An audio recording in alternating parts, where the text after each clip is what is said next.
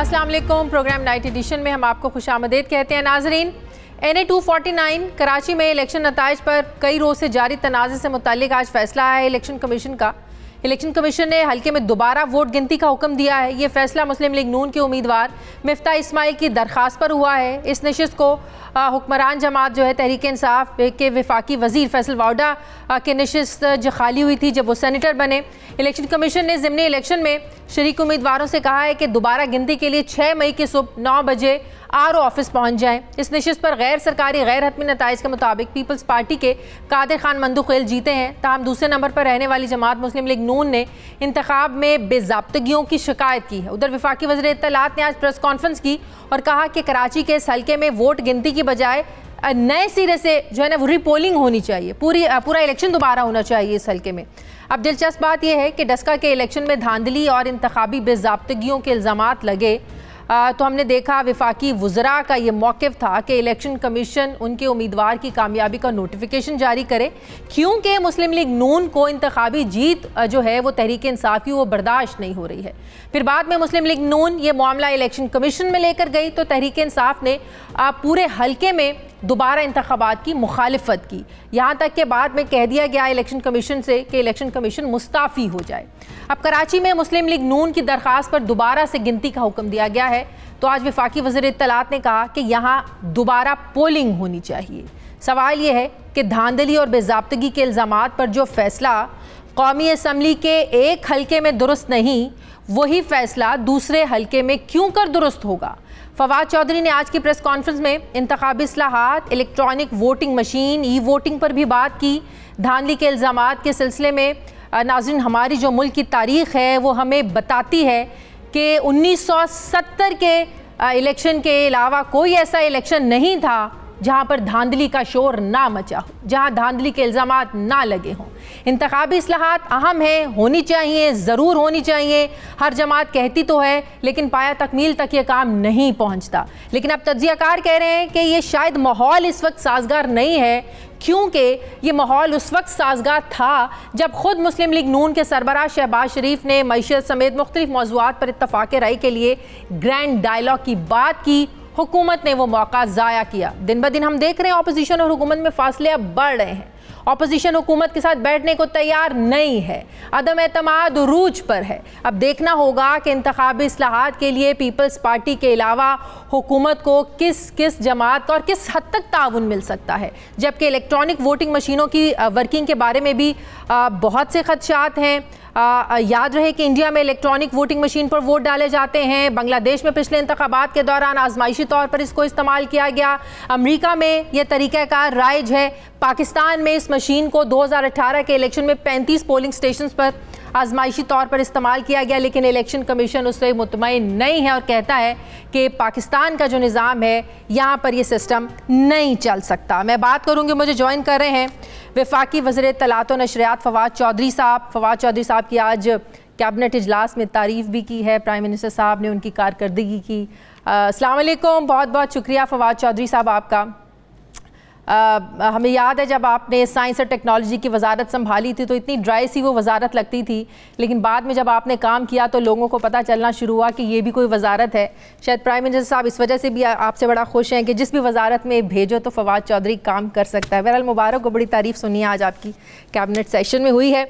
अच्छा फवाद चौधरी साहब, जैसे मैंने अपने इंट्रो में बोला कि 1970 के अलावा कोई ऐसा इलेक्शन नहीं जहाँ पर इंतखाबात में धांधली के इल्ज़ामात ना लगे हों। अब आप लोग इस पर अगर काम करना चाह रहे हैं, इंतखाबी इस्लाहात आप लोगों ने तजवीज़ की हैं, लेकिन इलेक्शन कमीशन कहता है कि हमें ब्रीफ नहीं किया गया, हमारे साथ डिस्कस नहीं किया गया। अपोजिशन कहती है कि हम आप लोगों के साथ बैठ नहीं सकते। तो सर कैसे आप लोग लेकर आएंगे? कुछ माहिरीन से मेरी बात हो रही थी, वो कह रहे थे इलेक्ट्रॉनिक वोटिंग मशीन के लिए आइन में तरमीम की ज़रूरत है, इंतखाबी फहरिस्त की जगह इलेक्ट्रॉनिक वोटिंग मशीन ये लफ्ज़ ऐड करना होगा। सर कितना मुश्किल है, कितना आसान है ये काम आप लोगों के लिए?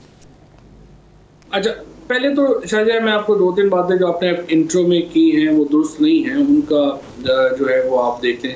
पहली बात तो ये है कि ये अपोजिशन जो आप कह रही हैं कि बड़ा माहौल था बैठने का और अब नहीं है, ये बात बिल्कुल ही गलत है। पहले दिन जिस दिन प्राइम मिनिस्टर साहब ने अभी मुंतखब हुए थे, उसी दिन उन्होंने अपोजिशन को ये ऑफ़र की थी कि आइए हमारे साथ बैठिए, और पहले दिन हमने इलेक्शन की रिगिंग के ऊपर कमेटी बना दी। यही कमेटी बनाने के लिए तहरीक इंसाफ को 4 साल तहरीक चलानी पड़ी। सो पहली ऑफर वज़ीर-ए-आज़म साहब की तरफ से ही हुई थी अपोजिशन को कि आइए मुज़ाकरात करें। अपोजिशन का मसला क्या है, आप उनसे बात करें कि आइए फॉरेन अफेयर्स पे बात करें, वो कहते हैं नहीं पहले हमारे केसेस ख़त्म करें। आप उनसे कहें फेडरफ में मामले हैं, वो कहते हैं नहीं पहले हमारे केसेस ख़त्म करें। आप उनसे कहें इलेक्शन में इस्लाहात चाहिए, वो कहते हैं नहीं पहले हमारे केसेस ख़त्म करें। अब देखिए केसेस के ऊपर तो इमरान खान केसेस तो हमने जहांगीर तरीन साहब के, अलीम खान के, सत्तैन साहब के, बाबर अवान साहब के इमरान खान ने ख़त्म नहीं किए, जो हमारे अपने पार्टी के लोग थे। तो हम उनको भी हमसे ये उम्मीद नहीं करनी चाहिए, शहबाज शरीफ साहब हो, नवाज शरीफ हो, मरियम हो, जरदारी साहब हो, कि इमरान खान केसेस के ऊपर कोई कंप्रोमाइज़ करेंगे, वो नहीं करेंगे।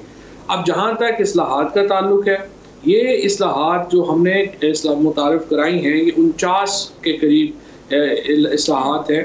इनमें से जो 2/3 मेजॉरिटी है ये वो है जो कंसेंसस है जिसके ऊपर तमाम पार्टीज़ का, और ये इस्लाहात में PMLN भी कंसेंट दे चुकी थी। अब सिर्फ इसलिए कि ये इस्लाहात हुकूमत की तरफ से, PTI की तरफ से आई हैं, इसलिए PMLN जो है वो इससे पीछे हट रही है, हालांकि इसकी कोई तुक ही नहीं बनती। दूसरी बात शायद ये है कि ओवरसीज़ पाकिस्तानीज़ को वोट का हक जो है वो नहीं देना चाहते पीपल्स पार्टी और PMLN। उस पर हमारा ज़ाहिर है कि एक बड़ा वाज़ेह मौक़िफ़ है, और पीपल्स पार्टी और PMLN का उस पर मौक़िफ़ वाज़ेह नहीं है। तीसरी बात जो आपने बात की EVM मशीन्स की, इसमें 3-4 हिस्से हैं। एक तो रेगुलेशंस हैं, आज जो 2 ऑर्डिनेंसेस का फैसला हुकूमत ने किया है लाने का, उसके ज़रिए हम इलेक्शन कमीशन को एम्पावर कर रहे हैं कि वो टेक्नोलॉजी यूज़ कर सके ओवरसीज़ पाकिस्तानीज़ को वोट का हक देने के लिए, और इलेक्शंस में इलेक्ट्रॉनिक वोटिंग मशीन्स इंट्रोड्यूस कराने के लिए। और ये दोनों ऑर्डिनेंसेस जो हैं अब ये काबीना से होकर तो ये जो है वो लागू होंगे इंशाल्लाह। तीसरी बात ये है कि EVM मशीन्स का जो असल फ़ायदा है, अभी भी आप देखिए कराची में जो कुछ हुआ, जो आपने कहा कि हम कहते थे कि पूरे हल्के में इलेक्शन नहीं होना चाहिए और आपने इलेक्शन कराए। अब आपने ये प्रिंसिपल खुद सुप्रीम कोर्ट ने तय किया है। अब उस प्रिंसिपल के तहत ही हम कह रहे हैं यहाँ पे आप दोबारा जो है वो रीपोलिंग करा दें। और यहाँ पे तो इशू और भी ज्यादा है, सिर्फ 21% वोट पोल हुआ है, और जो जीतने वाला है उसको सिर्फ 5% वोट लेके वो MLA बन जाएगा। आप अंदाजा लगा लीजिए कि इससे क्या आप नुमाइंदगी अखज़ करेंगी या क्या आप कहेंगी। लेकिन कोविड की वजह से टर्नआउट भी तो कम था ना, इसमें फिर क्या वो कसूर हुआ किसी का? लोग ही नहीं निकले कोविड की वजह से। हाँ, तो फिर ये बात है ना, कोविड की वजह से फिर इसके को आगे करना चाहिए था, ताकि जब लहर थोड़ी दम तोड़ती तो तब इलेक्शन करवाते। इसीलिए तो हम इलेक्शन कमीशन को ये समझते हैं ना कि पाकिस्तान के अंदर भी इलेक्शन कमीशन का जो फंक्शनैलिटी है वो दुरुस्त नहीं है। और अच्छा, अभी आप जो बात करें कि ऑपोजिशन से जब भी कोई बात करें वो केसेस ख़त्म करवाने की बात करते हैं। अब इलेक्शन इस्लाहात की आप लोगों ने बात करी है, प्राइम मिनिस्टर ने कहा आए बैठे हमसे बात करें, अभी भी की कोई पैगाम मौसूल है कि पहले हमारे केसेस ख़त्म करवाएं, या बस अंदाज़ा ही है? नहीं, अभी तो वो इस तरह से बात नहीं हुई है, लेकिन आप देखें ना, आप खुद अपने उन प्रोग्रामों में उनको बुलाएं और आप उनसे पूछें कि आप ये इस्लाहात के ऊपर तो आप खुद माने हुए हैं, आप क्यों नहीं अब कर रहे? वो अभी इसलिए कि वो कहते हैं कायमा कमेटी में जाए ये मामला, स्पेसिफिक स्पीकर की बनाई हुई उनकी ज़ेर सदारत कमेटी में हम लोग नहीं बैठेंगे। ये कायमा कमेटी है ना, उसमें मामला लेकर डिस्कस करें, और इलेक्ट्रॉनिक वोटिंग मशीन के अलावा जो इस्लाहात हैं इस पर हम बात करने के लिए तैयार हैं। इलेक्ट्रॉनिक वोटिंग मशीन पर हम बात नहीं करेंगे, वो निफाज हम नहीं चाहते, ये टेम्पर्ड होगा इससे मजीद इलेक्शन। एक वो तो देखे ना, एहसन इकबाल हैं, फरहान अब्बासी हैं, शहबाज शरीफ साहब हैं, जिन्होंने कहा उन्होंने देखा भी नहीं कि वो टेक्नोलॉजी क्या है, उनको ये भी नहीं पता कि वो मशीन काम क्या करती है। उस मशीन में वो कह रहे थे कि पेपर ट्रेल नहीं होगा, हमने उनको ये बताया उस दिन एहसन इकबाल साहब को कि भाईजान आके देख तो ले उसमें पेपर, और वो हम पूरी डेमोन्स्ट्रेशन देंगे आपको भी, बल्कि जहमत देंगे कि आप आए खुद और देखें कि ये मशीन के फंक्शनल, इसकी फंक्शनैलिटी क्या है, काम कैसे करती है, सो दैट। और मैं तो ये चाहूँगा कि जो प्रेस क्लब्स के अगले इलेक्शंस हों उनमें हम ये मशीनें दे दें, ताकि प्रेस क्लब्स के इलेक्शंस जो हैं वो इन मशीनों के ऊपर हों, और खुद जो सहाफ़ी बरादरी है वो इसको देख ले कि कैसे इसकी फंक्शनैलिटी क्या है, काम। लेकिन इलेक्शन कमीशन का भी तो मुतमईन होना जरूरी है। इलेक्शन कमीशन इस सारे सिस्टम पर क्यों मुतमईन नहीं? उनको ब्रीफिंग क्यों नहीं मिली अभी तक इस पर?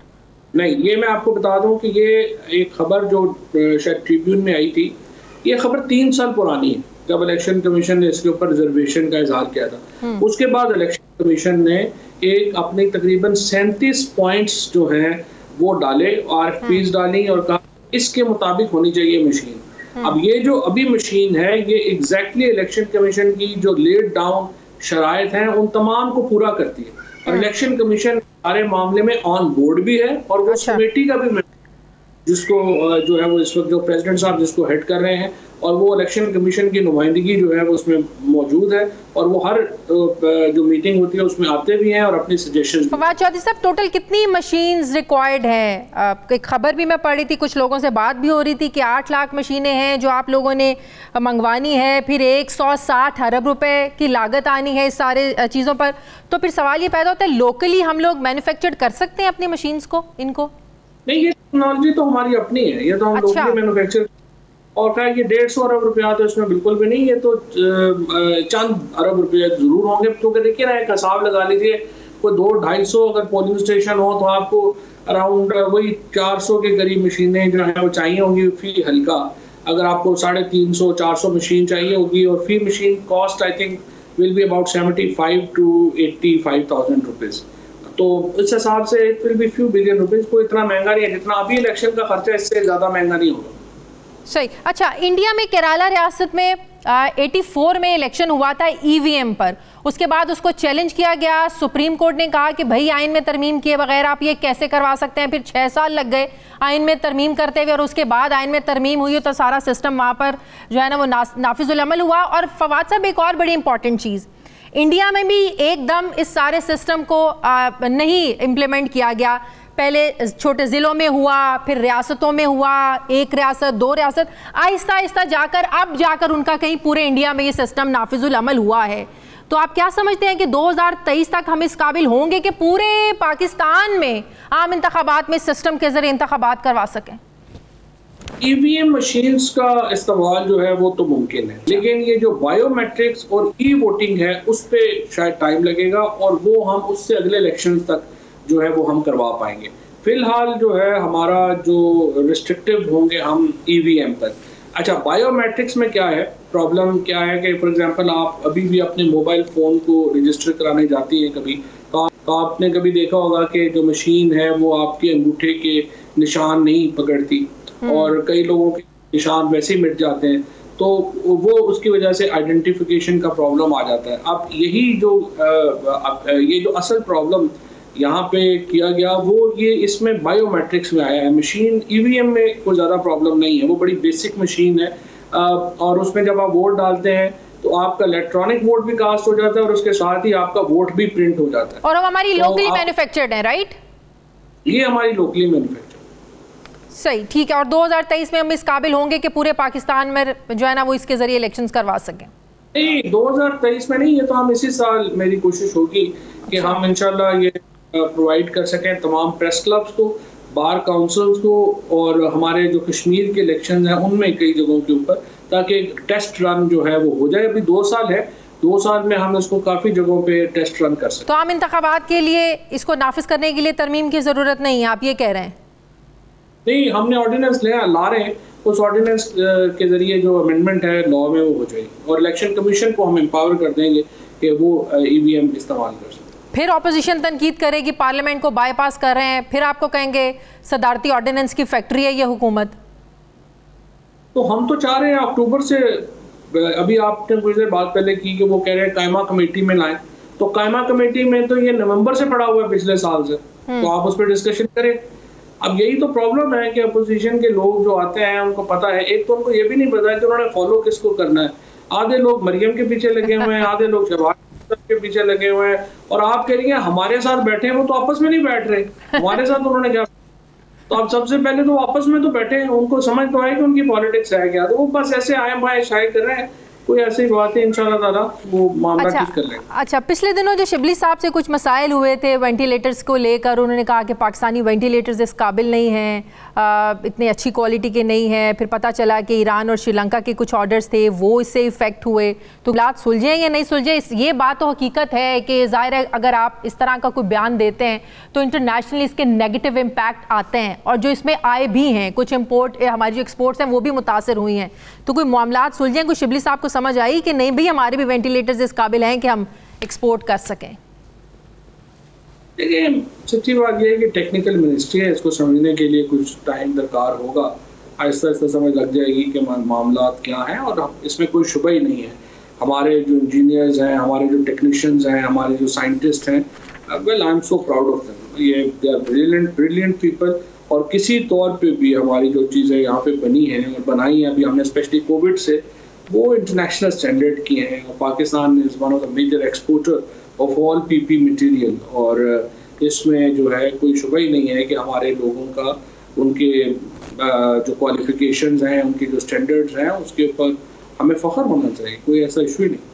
बिल्कुल सही। अच्छा, यूरोपीय पार्लियामेंट की तरफ से पाकिस्तान के GSP+ स्टेटस पर जो नज़रसानी की करारदाद फवाद साहब जो मंजूर हुई है, ज़ाहिर एक अलार्मिंग चीज़ तो है। सालाना $3 अरब का नुकसान हो सकता है पान को।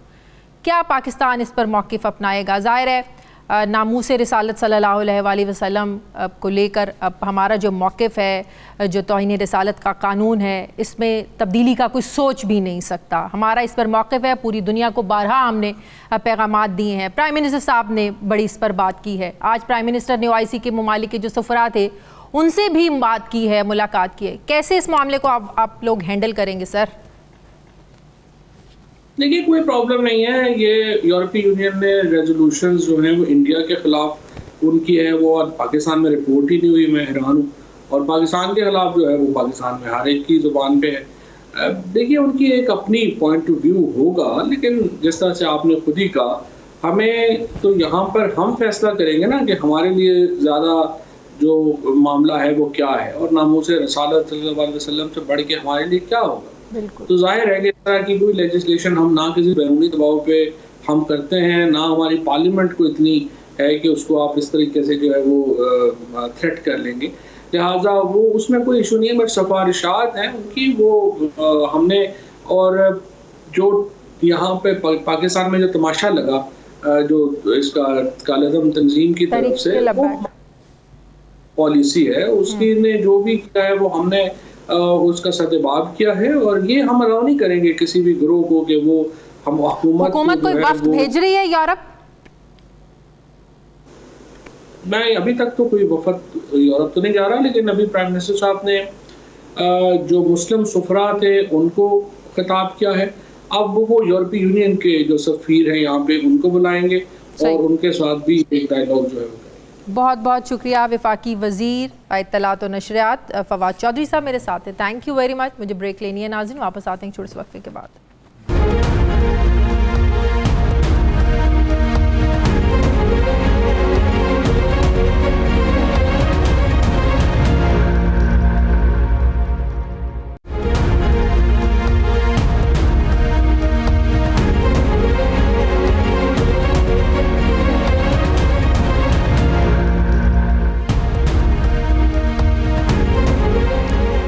ब्रेक के बाद एक बार फिर से आपको खुशामदीद कहते हैं। मुस्लिम लीग नून के सीनियर रहनुमा खुर्रम दस्तगीर साहब मुझे ज्वाइन कर रहे हैं। अस्सलाम वालेकुम, बहुत बहुत शुक्रिया खुर्रम दस्तगीर साहब आपका। खुर्रम दस्तगीर साहब, हमने पहले जब डस्का के ज़िमनी इंतखाबात हुए हमने देखा उस पर सबके तहफ़्फ़ुज़ात थे। अब NA 249 के ज़िमनी इंतखाबात हुए, इसमें तहफ़्फ़ुज़ात हैं। मिफ्ता इस्माइल साहब गए इलेक्शन कमीशन के, दोबारा इसको जो है ना वो इसकी दोबारा से गिनती करवाई जाए, उनका मुतालबा जो है वो ज़ाहिर मान लिया गया है। तहरीक इंसाफ कह रही है दोबारा गिनती नहीं, पूरे हल्के में दोबारा इलेक्शन होना चाहिए, दोबारा पोलिंग होनी चाहिए। तो ये तो हमारे यहाँ बिल्कुल एक रिवाज है, एक रिवायत बन गई है कि हर हारने वाला जीतने वाले पे इल्ज़ाम लगाता है। तो आपको नहीं लगता कि हुकूमत जब इन्हीं सारी चीज़ों से बचने के लिए कि मुस्तकबिल में इंतखाबात के हवाले से एक दूसरे पर धांधली के इल्ज़ामात ना लगें, इंतखाबी निज़ाम पर सवालात ना उठें, इलेक्टोरल रिफॉर्म्स पर अगर आपसे बात करना चाहते हैं, आपके साथ बैठना चाहते हैं, आप लोग क्यों इनकारी हैं सर?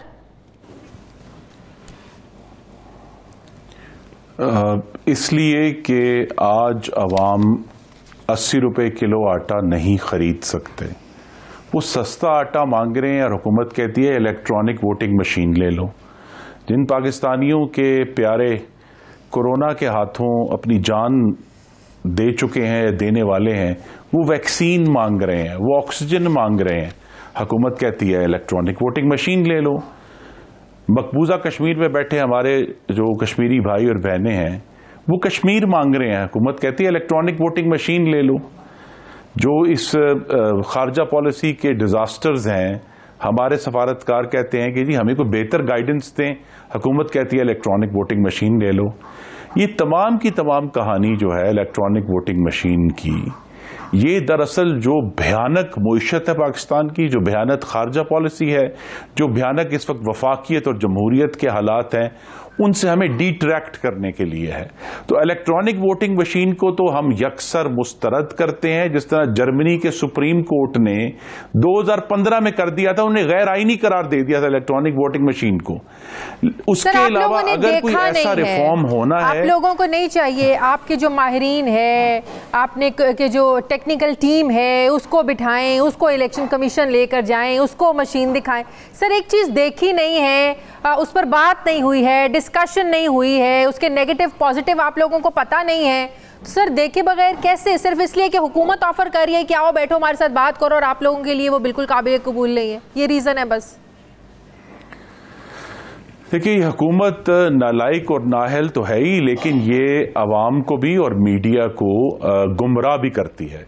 ये तमाम डिस्कशन इलेक्ट्रॉनिक वोटिंग मशीन के ऊपर, जब पहले आपके नाजरीन की इतला के लिए अर्ज है कि पाकिस्तान की तारीख की सबसे बड़ी इंतखाबी इस्लाहात मुस्लिम लीग नून ने 2017 में इलेक्शन एक्ट 2017 के तहत कर दी थी, जिसमें तमाम पार्टियां बशमूल पीटीआई शामिल थे।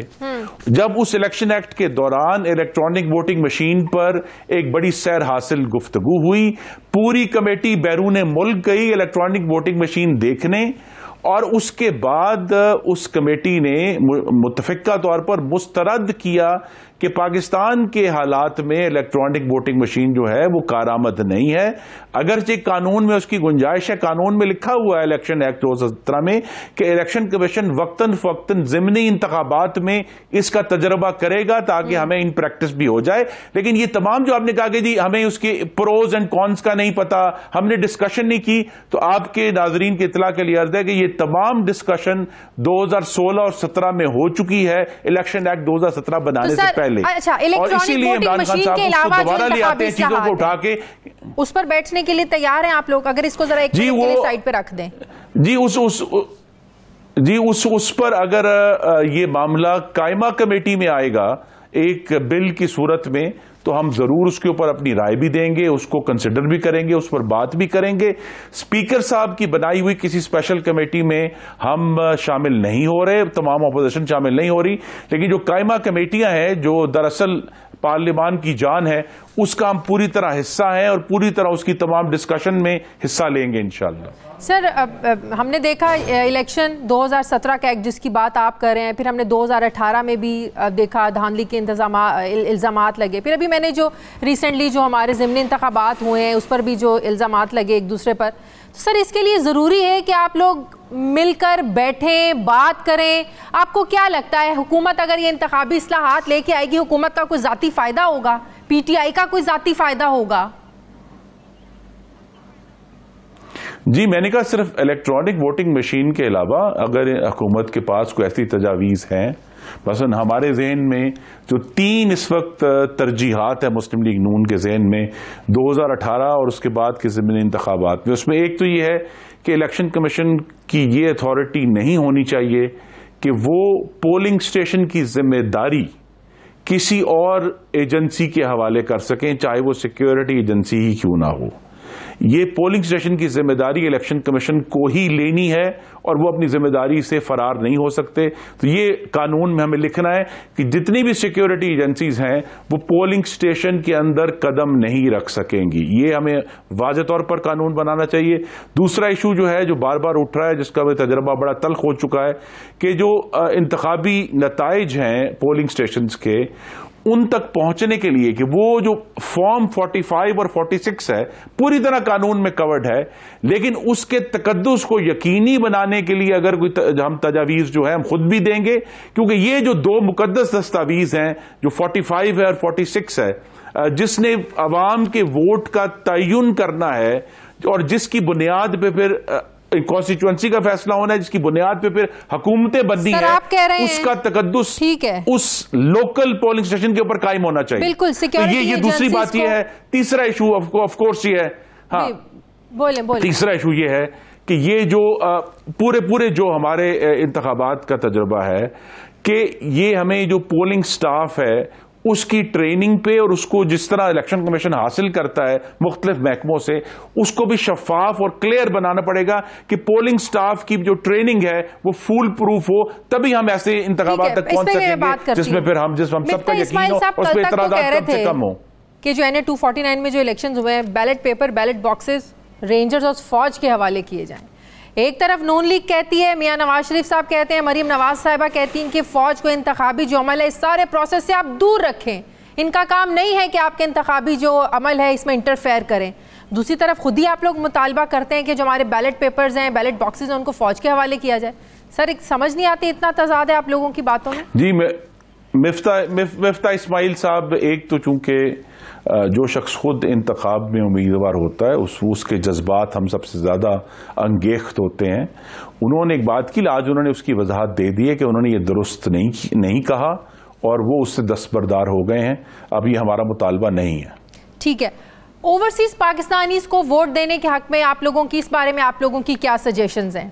तहरीक इंसाफ तो चाहती है कि 90 लाख ओवरसीज हैं, उनको वोट का हक मिलना चाहिए। जी, इसमें अगर से मुस्लिम लीग नून ने अपनी हतमी राय देनी है, लेकिन मैं ज़ाती तौर पे कह सकता हूं कि जो लोग डुअल नेशनल्स हैं, जिनके पास अभी भी पाकिस्तान की शहरियत मौजूद है, अगर वो पाकिस्तान के शहरी हैं तो उन्हें वोट का हक होना चाहिए।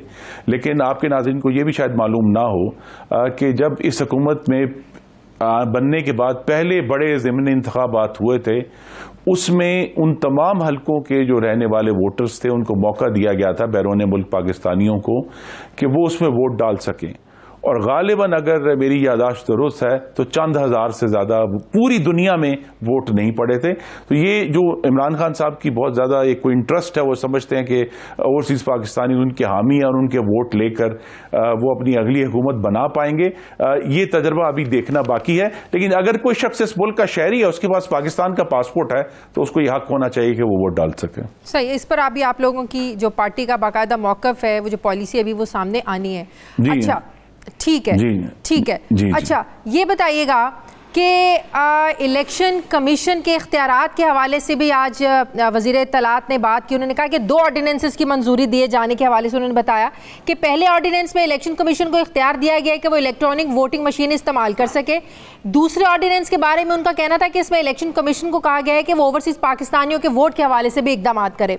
अच्छा, आज कुछ माहिरीन से भी मेरी बात हो रही थी, वो कह रहे थे कि इलेक्ट्रॉनिक वोटिंग मशीन के बारे में अगर हुकूमत इसमें कोई सिस्टम में लाना चाहती है तो इसके लिए आइन में तरमीम की ज़रूरत है। तो सर, आइन में तरमीम के लिए तो हुकूमत के पास एक तो नंबर्स नहीं है, 2/3 अक्सरियत नहीं है, तो सिंपल कानून साजी के ज़रिए ये मामला हो सकता है। कभी आप लोगों ने इस मामले को डिस्कस किया था कि तरमीम के बगैर ये नहीं हो सकता इलेक्ट्रॉनिक वोटिंग मशीन?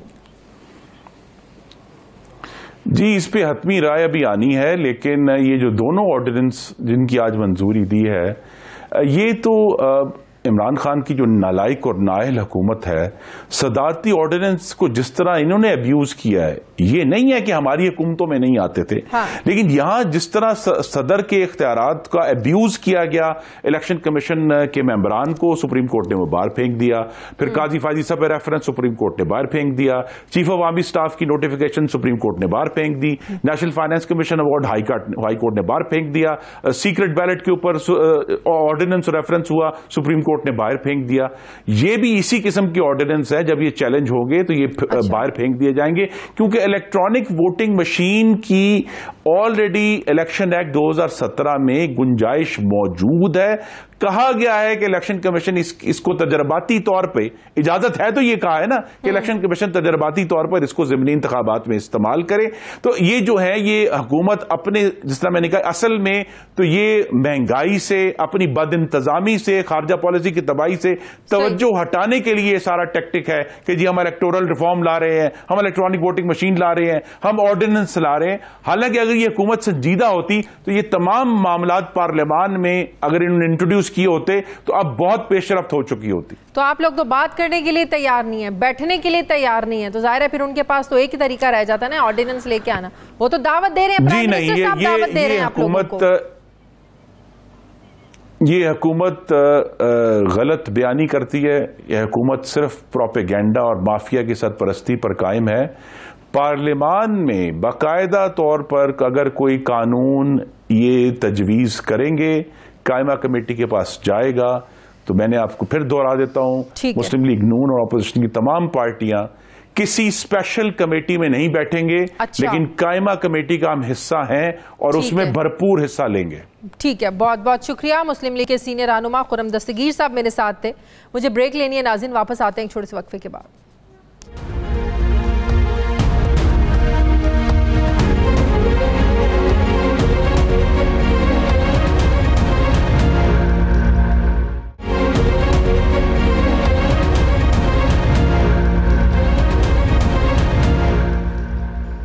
ब्रेक के बाद एक बार फिर से आपको खुशामदीद कहते हैं नाज़रीन। वज़ीर-ए-आज़म इमरान खान ने डस्का और कराची में ज़िमनी इंतखाब के नताइज के बाद इलेक्ट्रॉनिक वोटिंग सिस्टम के नफाज के लिए अब कमर कस ली है।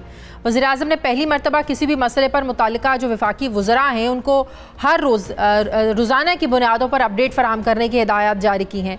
वज़ीर-ए-आज़म आइंदा 6 महीनों के दौरान हर सूरत इलेक्ट्रॉनिक वोटिंग सिस्टम के नफाज के लिए कानूनी और जो तकनीकी इंतजामात हैं ये फास्ट ट्रैक पर इसको मुकम्मल करना चाहते हैं। अब एक तरफ अपोजिशन की भरपूर मुखालफत जारी है, तो दूसरी तरफ काबीना अरकान ने ही इलेक्ट्रॉनिक वोटिंग सिस्टम की सिक्योरिटी और हैकिंग खतरात की वजह से तहफ़्फ़ुज़ात का इजहार किया है।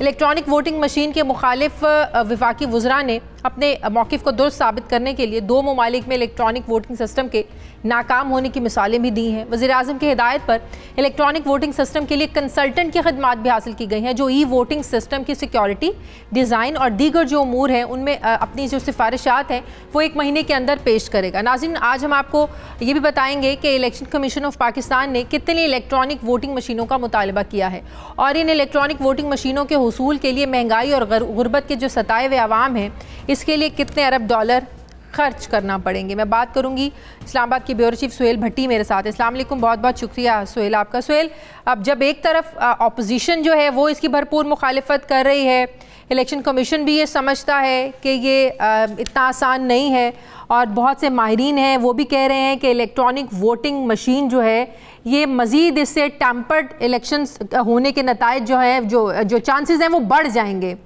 तो प्राइम मिनिस्टर साहब बड़ी जल्दी में लग रहे हैं और कह रहे हैं कि 6 महीने के अंदर अंदर ये सारा काम होना चाहिए, तो ऑर्डिनेंस भी ये लोग लेकर आ रहे हैं। आपको लगता है कि ये काम हुकूमत अगले 6 महीनों में कर पाएगी? शाजी, देखिए, पाकिस्तान तहरीक इंसाफ की हुकूमत को महंगाई समेत अंदरूनी और बैरूनी सतह के ऊपर कई चैलेंजेस का सामना है, लेकिन उससे हटकर तमाम मसाइल और चैलेंजेस को एक साइड पर रखते हुए इस वक्त प्राइम मिनिस्टर इमरान खान की अगर सबसे बड़ी उनकी जो तवज्जो का मरकज़ और महवर बना हुआ है वो इलेक्ट्रॉनिक वोटिंग सिस्टम है और इस सिलसिले के अंदर वो बहुत वाज़ेह अंदाज में हदायत दे चुके हैं। ये पहला एक ऐसा मामला है जिसके ऊपर prime minister day to day basis के ऊपर मुतलका वज़रा से अपडेट हासिल कर रहे हैं। गुज़श्ता 4 वफाकी काबीना के इजलास के अंदर मुसलसल इस मामले के ऊपर ब्रीफिंग ली गई है, लेकिन मामला यह है कि अपोजिशन बड़े 2 टोक अंदाज में इस मामले की मुखालफत कर रही है। अपोजिशन की मुखालफत अपनी जगह के ऊपर, ज़राए का ये कहना है कि आला सतह इजलास के दौरान काबीना अरकान ने भी इलेक्ट्रॉनिक वोटिंग सिस्टम के ऊपर तहफ़्फ़ुज़ात का इजहार किया है। वो इजहार इस बुनियाद पर किया गया है कि इलेक्ट्रॉनिक सिस्टम, वोटिंग सिस्टम महफूज नहीं है, सिक्योरिटी खतरात हैं, हैक कर लिया जाएगा, बहुत से मसाइल बनेंगे। काबीना अरकान ने 2 ममालिक की एग्जाम्पल कोट की है, कीनिया और घाना की। कीनिया और घाना अफ्रीका के 2 ऐसे ममालिक हैं जहां पर गुज़श्ता 10 सालों से इलेक्ट्रॉनिक वोटिंग सिस्टम के कई तजर्बात किए गए, कई दफ़ा उन्हें नाकामी का सामना करना पड़ा। वहां पर उनके सिस्टम के ऊपर सिक्योरिटी के अटैक हुए, उन्हें वेबसाइट को हैक किया गया, इलेक्शन के पूरे निज़ाम को हैक किया गया। अपोजिशन के वहां भी बहुत से मसाइल पैदा हुए, लेकिन अभी तक वहां पर इत्तफाक राय से ये सिस्टम इंप्लीमेंट नहीं हो सका।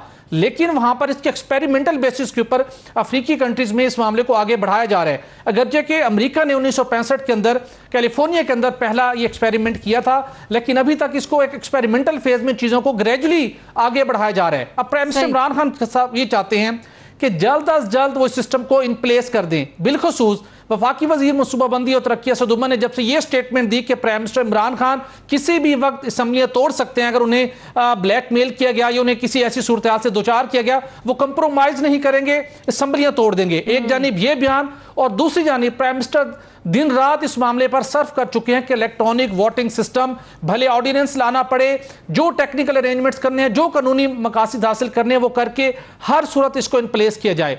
बहुत से माहिरीन से मेरी बात हुई और कुछ डॉक्यूमेंट्स पढ़ने का मौका मिला।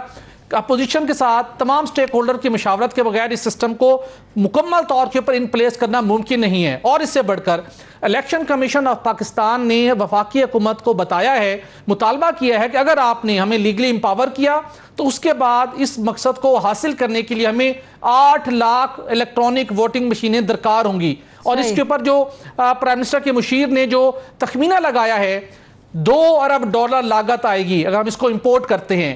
ऑप्शन 2 क्या है, अगर हम इसको मकामी तौर पर तैयार करते हैं, मकामी तौर पर खरीदते हैं, फिर भी तकरीबन हमें 150 अरब रुपए इसके ऊपर खर्च करना पड़ेंगे। एक खतीर रकम है। अभी फवाद चौधरी साहब मेरे साथ थे, वो कह रहे थे कि चंद अरब का जो है ना वो ये खर्चा है, ज्यादा नहीं है। मैंने भी उनसे अभी ये सवाल किया था। फिर वो कह रहे थे कि ये जो इलेक्ट्रॉनिक वोटिंग मशीन्स हैं ये हम लोकली मैन्युफैक्चर्ड करेंगे, ये बाहर से नहीं मंगवाएंगे, तो खर्चा ज्यादा नहीं है। फवाद चौधरी साहब कह रहे थे।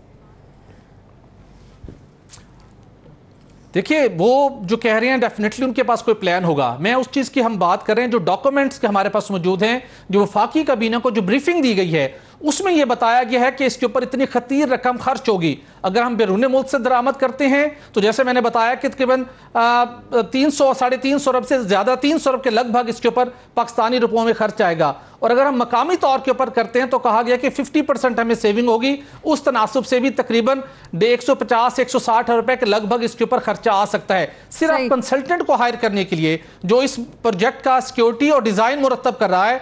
28 करोड़ रुपए की उसके लिए मुख्तस किए गए हैं। बहुत बहुत शुक्रिया। इसके ब्यूरो चीफ सुहेल इकबाल भट्टी मेरे साथ थे। नाज़रीन मुझे ब्रेक लेनी है, वापस आते हैं छोटे से वक्फे के बाद।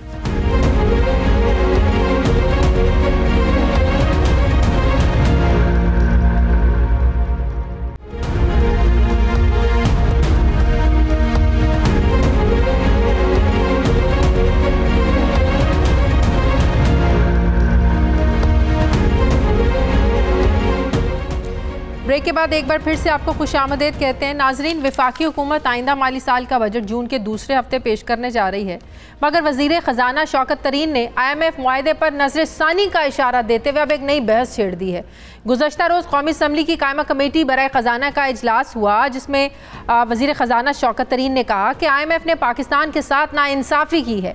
IMF के साथ बिजली टैरिफ पर बात करना इंतहाई ज़रूरी है। उन्होंने कहा कि IMF को समझाने की कोशिश कर रहे हैं कि टैरिफ बढ़ाने से महंगाई की शरह में इजाफा होगा, हम गर्दिशी कर्जे कम करेंगे, लेकिन टैरिफ बढ़ाना समझ से बाहर है। वज़ीर ख़जाना शौकत तरीन ने मजीद कहा कि GDP ग्रोथ 5% तक ना लेकर गए तो 4 सालों तक मुल्क का फिर अल्लाह ही हाफिज है। IMF के बेल आउट पैकेज पर मौशी माहिरीन हुकूमत को खबरदार करते रहे हैं कि IMF के सख्त शराइत से मुल्क की मईशत को मुश्किलात का सामना करना होगा। इसी पर मैं बात करूंगी। मुझे माहिर मौशा डॉक्टर इशफाक हसन साहब ज्वाइन कर रहे हैं। अस्सलाम वालेकुम, बहुत बहुत शुक्रिया डॉक्टर साहब आपका। डॉक्टर साहब, आखिरकार शौकत तरीन साहब वही बातें कर रहे हैं, उन्हीं नाइंसाफियों की बातें कर रहे हैं जो आप IMF प्रोग्राम में जाने से पहले हमेशा करते रहे हैं। आपने हमेशा मुखालिफत की है कि IMF के प्रोग्राम में जाने से कोई बेहतरी नहीं आएगी, मईशत का मज़ीद ही मईशत ख़राब हालत में जाएगी। अब जो बात कर रहे हैं शौकत तरीन साहब के 5% तक ग्रोथ नहीं लेकर गए तो मुल्क का अल्लाह ही हाफिज़ है। अब आपको पता है जो हमारे टारगेट भी हैं, जो आलमी मालियाती इदारों ने भी दिए हैं 2 से 2.5%। सर, ये 5% तक ग्रोथ का टारगेट ये कितना प्रैक्टिकल है? देखें, सबसे पहले मैं अल्लाह का शुक्र अदा करूंगा कि अल्लाह ताला ने मुझे सुरखरू किया और आपके चैनल पे और हर जगह पे, और मैं लिखता भी रहा हूं कि IMF के प्रोग्राम में जो भी मुल्क गया है वो जख्मों से चूर होकर निकलता है, वो जख्मों से चूर हो जाता है। ये बार बार आपके प्रोग्राम में भी मैं कहता रहा, बिल्कुल, और आज वही बातें। अच्छा, जब ये मैं बातें कहता था तो प्राइम मिनिस्टर समेत और उनके वज़रा समझते थे कि मैं बहुत एंटी PTI हो गया हूं। वही डॉक्टर इशफाक को हमारे इसमें से कोई अच्छाई नजर नहीं आती है। अब उन्हीं के वजीर अभी नामजद हुए थे कि नामजदगी से भी पहले उन्होंने कहा कि ये 2.5 सालों में बेड़ा गर्क हो गया। मैंने तो कभी ऐसे सख्त लैंग्वेज इस्तेमाल नहीं किए थे। और इसके बावजूद अगर प्राइम मिनिस्टर उनको लगाते हैं तो इसका मतलब है कि प्राइम मिनिस्टर को भी इस बात का एहसास हो गया कि वाकई IMF में जाकर मुल्क की मईशत का बेड़ा गर्क हो गया है। और काश वो ये भी सोच लेते कि डॉक्टर इशफाक मुझे बहुत मना करता रहा कि ना जाए। तो मसला ये है कि IMF को क्या रियलाइजेशन हो पाएगी कि हमें टैरिफ नहीं बढ़ाना है, महंगाई होगी, लेकिन सर दूसरी तरफ फिस्कल डेफिसिट उनका एक बहुत बड़ा कंसर्न रहता है। वो और इसीलिए कहते हैं कि टैक्स नेट भी बढ़ाएं, जो ये फिस्कल खसारा है ये भी कम हो। फिर गर्दिशी कर्जों को अगर वो कम करने की बात करते हैं तो कहते हैं उसके लिए बिजली की कीमतें बढ़ानी पड़ेंगी। तो इसके लिए कैसे उनको हम जो है ना वो रियलाइज करवाएंगे या वो मान जाएंगे? फिर कोविड की तीसरी लहर है, बहुत ही खतरनाक सूरत हाल है। तो जो बात वजीर खजाना कह रहे हैं कि हम समझाने की कोशिश करेंगे, IMF मानेगा? देखिए, माने या ना माने, लेकिन मैं समझता हूँ कि शौकत तरीन साहब बिल्कुल ठीक जा रहे हैं। उनको ठीक बिल्कुल, शायद मेरी बातों का भी उनको भी एहसास हो गया है कि यही एक रास्ता है। मैं आपके प्रोग्राम में भी कहता रहा कि हमें एक मरतबा IMF के प्रोग्राम में अब हम गलती कर दी है और चले गए हैं, तो अब इसको मुकम्मल करना चाहिए। लेकिन इस वक्त जो है हमें वो क्या करना चाहिए, उनके साथ रीनिगोशिएट करनी चाहिए। ये बार बार मैं कहता रहा हूं कि पॉलिसीज जो है वो अब पे बात करने की जरूरत नहीं है, अब हम रिफॉर्म्स करें। लेकिन रिफॉर्म्स का मतलब कीमत बढ़ाना नहीं होता है। कीमत बढ़ा के कभी भी रिफॉर्म्स नहीं होती हैं। कीमत बढ़ाने का मतलब हुआ कि आप स्टेटस को मेंटेन कर रहे हैं। तो पावर सेक्टर का जो खसारा है इससे फिर कैसे निकल सकते हैं हम? क्या कहा आपने? पावर सेक्टर का फिर जो खसारा है, फिर जो गर्दिशी कर्जे हैं, फिर इससे कैसे निकल सकते हैं हम? देखिए, IMF में तो बहुत बड़े बड़े ब्रेन बैठे हुए हैं ना, वर्ल्ड बैंक भी बड़े बड़े ब्रेन बैठे हुए हैं, दुनिया को मईशत जाके सिखाते हैं। तो कम से कम हमें ये तो आके बताएं कि किस तरीके से गर्दिशी कर्जे को रोका जा सकता है, प्रोसेस में कैसे बेहतरी लाई जा सकती है। अगर वो नहीं कर सकते हैं तो ये तो हमें उन्होंने बिजली के क्या कहते हैं कि ट्रक के बत्ती के पीछे लगा दिया तो कीमतें बढ़ाए चले जाओ। तो कीमतें बढ़ाओगे चोरी होगी। इकोनॉमिक्स में एक टर्म है लाफर कर्व। एक हद से ज्यादा जब अपनी कीमतें बढ़ाएंगे बिजली की तो फिर वो बिजली चोरी होनी शुरू होगी। महंगाई भी होगी, महंगाई भी होगी, हर चीज होगी, आपकी इंडस्ट्री नॉन कॉम्पिटिटिव हो जाएगी। बिल्कुल। तो कम से कम खुद मैंने ये पिछले साल जून में मैंने एक आर्टिकल लिखा, हु डैमेज द इकोनॉमी, अगर आपको याद हो, आपको भी भेजा था मैंने। बिल्कुल बिल्कुल बिल्कुल। जिसमें मैंने कॉस्ट कैलकुलेट किया कि $40 बिलियन का कॉस्ट उन्होंने इनकर कर दिया, ये गवर्नर स्टेट बैंक और हफीज शेख ने। और ये दोनों प्राइम मिनिस्टर को मिसगाइड करते थे और यही मैं बताता रहा। लेकिन मेरा जुर्म यह था कि मैं उस वक्त बोल दिया देता था और ये सारे वज़रा जो थे वो समझते थे कि मैं उनकी मुखालफत कर रहा हूं। सही। आज वही चीज हो रही है। जिनको इन्होंने नामजद किया वजीर खजाना, उसने भरे उसमें कहा कि बेड़ा गर्क हो गया है। चलें, किसी चीज का रियलाइज हो जाना ही काफी होता है। रियलाइजेशन हो जाए तो फिर आप सीधे रास्ते की तरफ चल पड़ते हैं। डॉक्टर साहब, अगर चल पड़े मैं तो दुआ करता हूँ कि शौकत तरीन साहब बिल्कुल राइट डायरेक्शन पे जा रहे हैं। हम बाहर से बैठकर उनके जो हेल्प कर सकते हैं वो हम करेंगे। वो ठीक काम कर रहे हैं। सही। और वो बिल्कुल निगोशिएट करने की जरूरत है। हम असल में डर डर के कहते ना कि इतना पूरी नेशन को हमने खौफजदा कर दिया है। सही। कि पता नहीं IMF क्या हवा सा चीज है कि ये नहीं करेगा। तो वो असल में उनके दोनों जो थे गवर्नर और हफीज शेख, ये दोनों उन्हीं के आदमी थे। गवर्नर तो वहीं से आया था, हफीज शेख वर्ल्ड बैंक से थे, वहीं के कजन थे वो उनके। तो आपने उनको दे दिया तो उन्होंने तो डरा के मार दिया आपको। सही, ठीक है। बहुत बहुत शुक्रिया माशात। डॉक्टर इशफाक हसन साहब मेरे साथ थे। नाज़रीन, हमारे प्रोग्राम का वक्त खत्म हो गया। फीडबैक जरूर दीजिएगा, अपना ख्याल रखिएगा। मुझे इजाजत दीजिए। अल्लाह हाफ़िज़।